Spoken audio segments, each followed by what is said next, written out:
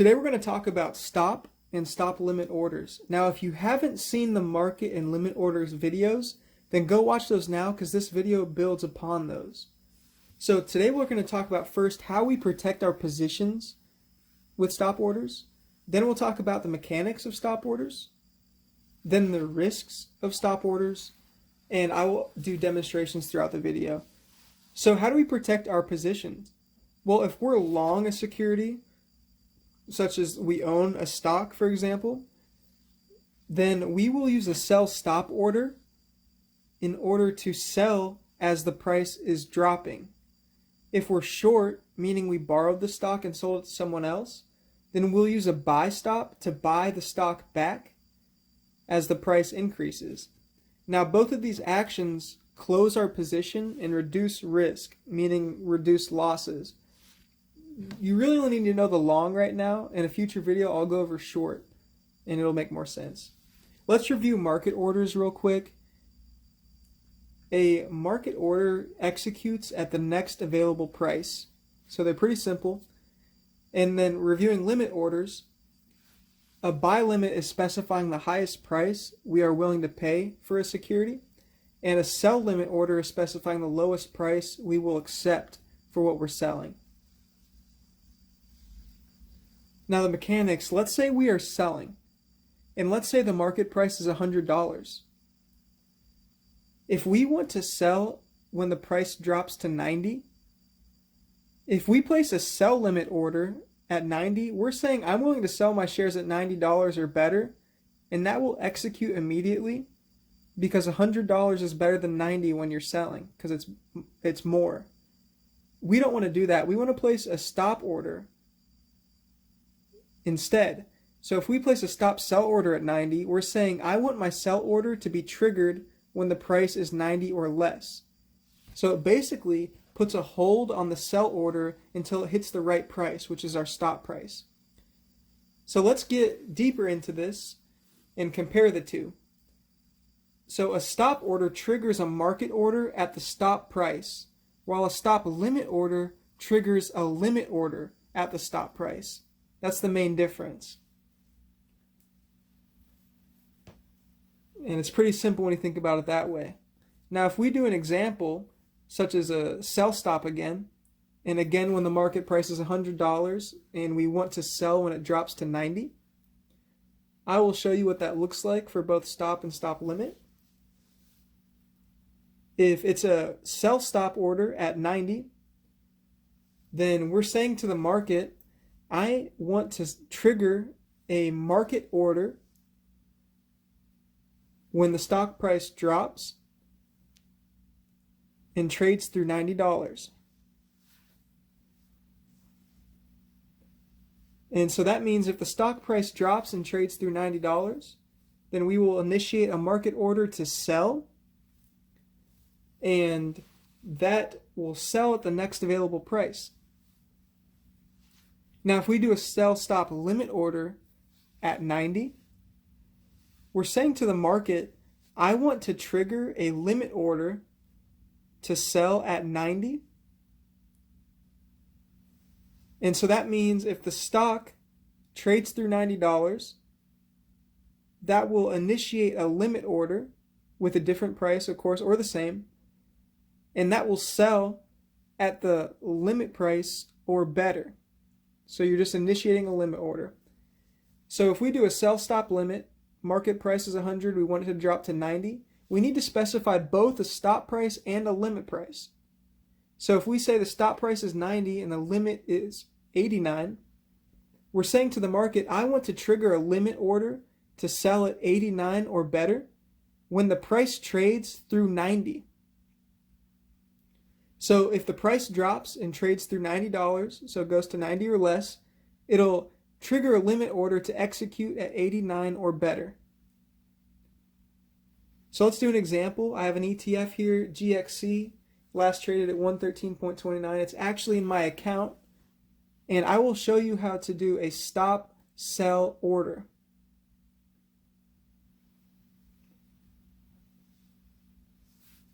And there are multiple scenarios in which it makes sense to use this. we could sell short with a sell stop as the price goes down, or we could sell a long position as the price goes down in order to get out of the position. So let's say GXC was dropping and I didn't want it anymore, wanted to limit my losses. That's when I might use this.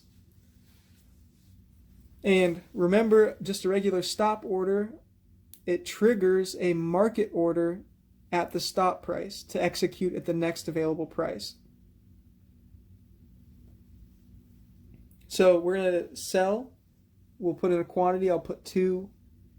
We're going to do a stop order. And I'm going to make the stop price 100 and good till canceled. That means it expires in 60 days.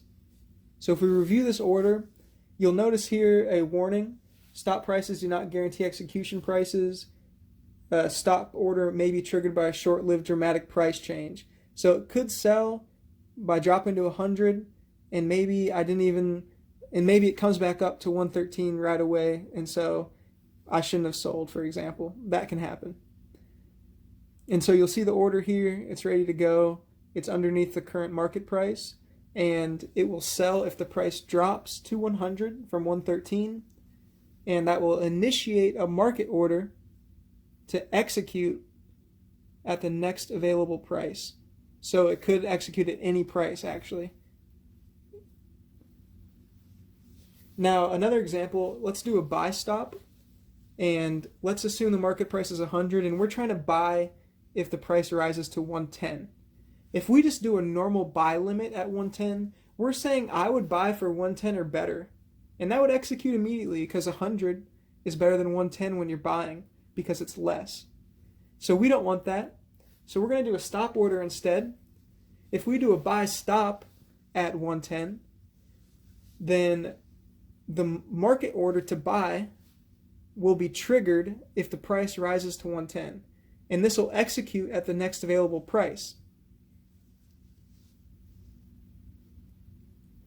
Now, if we do a buy stop limit, the stop could be, for example, 110, and let's say we make the limit 110 as well.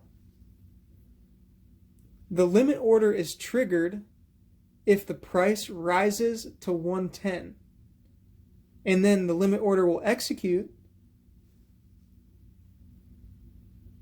if we can get 110 or less. So if the price is 110 or less, that'll execute. Another example here, let's say Apple, the market price is 100, and we want to buy as the price goes up again.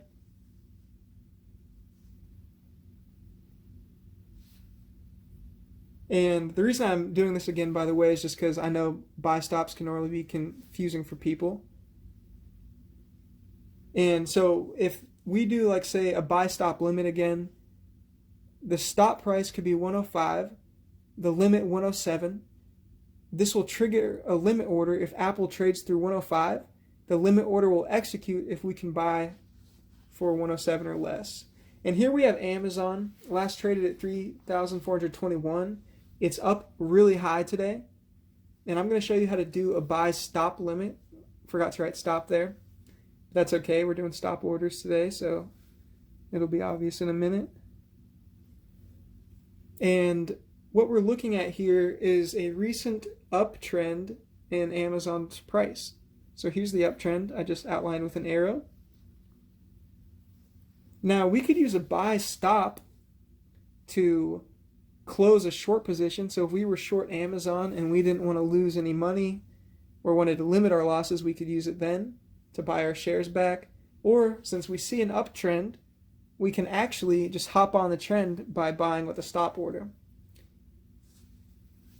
And so we'll do it at this 50-day simple moving average. So if it reaches that point, maybe we'll see a breakout, and we'll try to hit that breakout.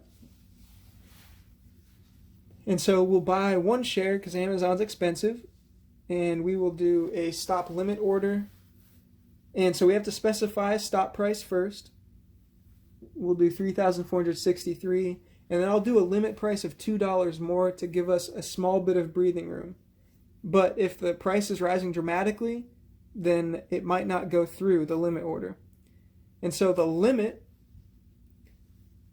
buy at 3,465, that will be triggered if the stop price is traded through, which is 3,463. And so I'm going to review this order, and you'll see here a warning that this enter will be entered for the next standard market session. Stop orders can only be used in the standard market session, so that's something you have to remember when using these. They can't protect you in the extended hours.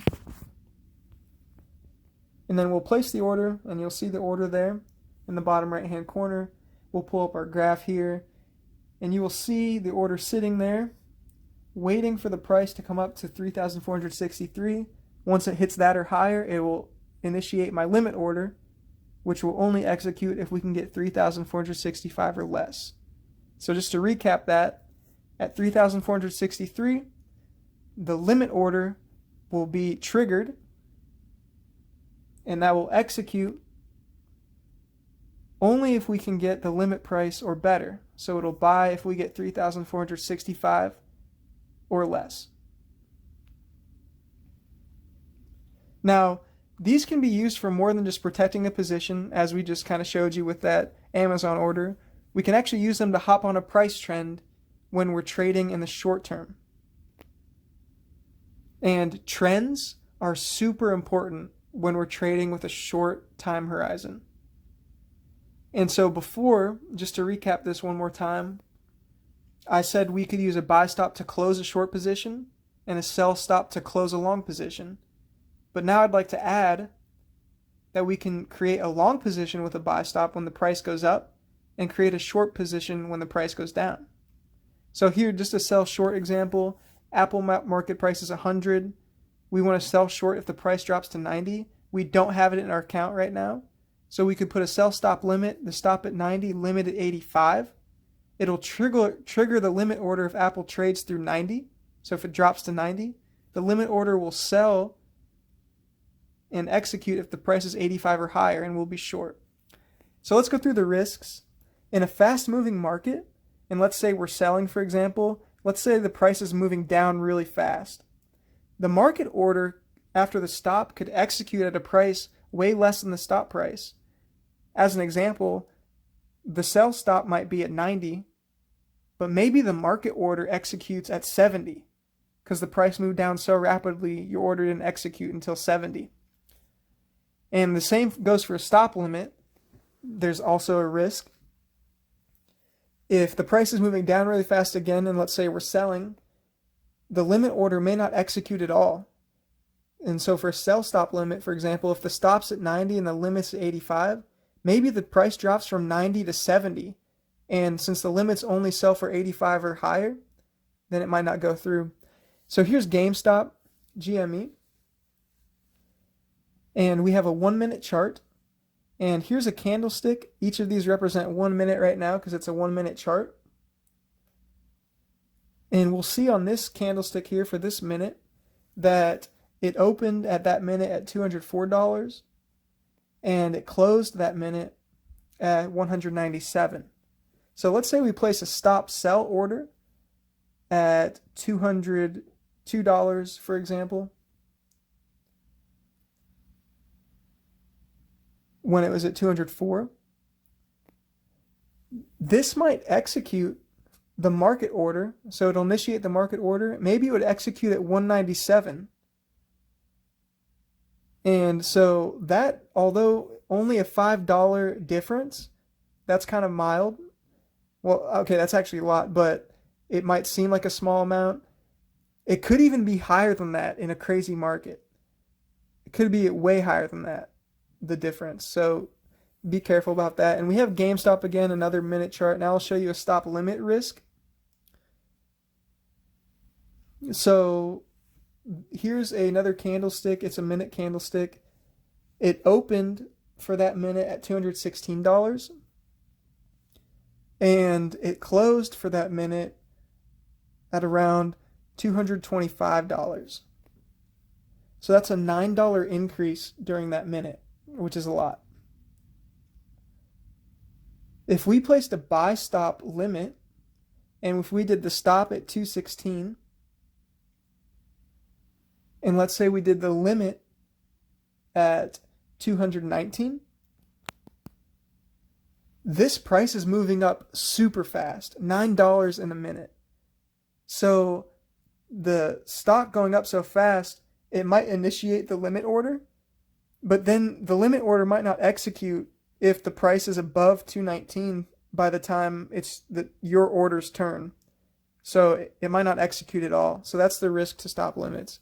But the biggest risk to these orders is if the price changes significantly during extended hours trading, so the after hours and pre-market, you could be screwed because these don't activate during extended hours. So we have Amazon again, and we're going to go ahead and go over the standard market session. That is from 9:30 to 4 p.m. And that's the time that these stop orders can execute. So we have right here the 1 day. So this is the close of 1 day. And then we'll see the price is $3,600. And so this is the close at the bottom there of the candlestick. And here we have the open of the next day. And you'll see there's a giant gap between the two. So that's the extended hours trading session, where a ton of trading occurred, clearly. And our stop order, if we had one to sell, for example, that would not have executed during that time. And so we'll see that the price here is $3,600, and the price here is about $3,350. So during that time, you could have lost a lot of money if it didn't sell. So that's something to be aware of. And anyway, thank you guys for listening today about stop and stop limit orders. If you have any ideas of videos you want me to do, please put them in the comments. I'd love to do them for you. And if you have any questions as well or any constructive feedback, give that to me as well.